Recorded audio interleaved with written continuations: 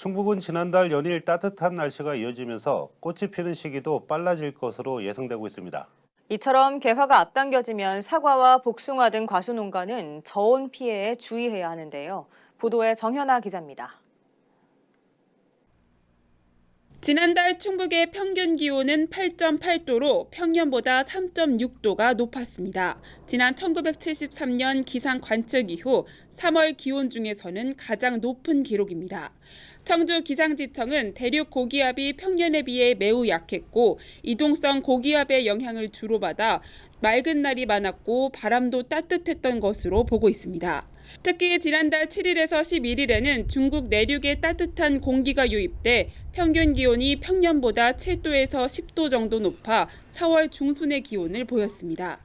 지난달 높은 기온으로 인해 봄꽃 개화도 빨라졌습니다. 청주에서는 벚나무가 평년보다 14일 빨리 피면서 관측 이래 가장 빨리 개화한 것으로 나타났습니다.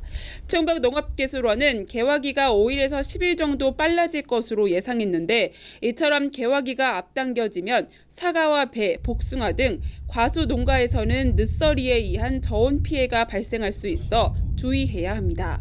과수의 저온 피해는 개화기의 영하의 저온이 지속될 때 발생합니다. 꽃이나 어린 과실이 피해를 받기 쉽고 피해를 받은 꽃은 수정 능력을 잃어 과실을 맺지 못합니다.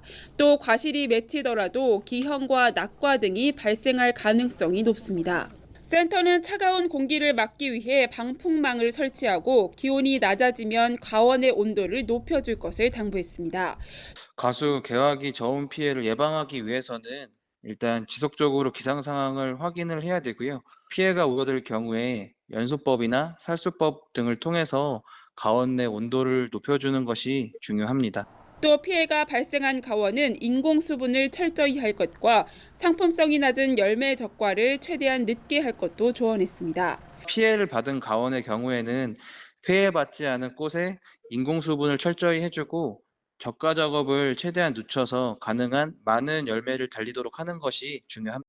저온 피해를 줄이기 위한 농가의 철저한 관리가 요구되는 가운데 충북농기원은 현장 기술 지원을 강화할 방침입니다. CCS 뉴스 정은아입니다.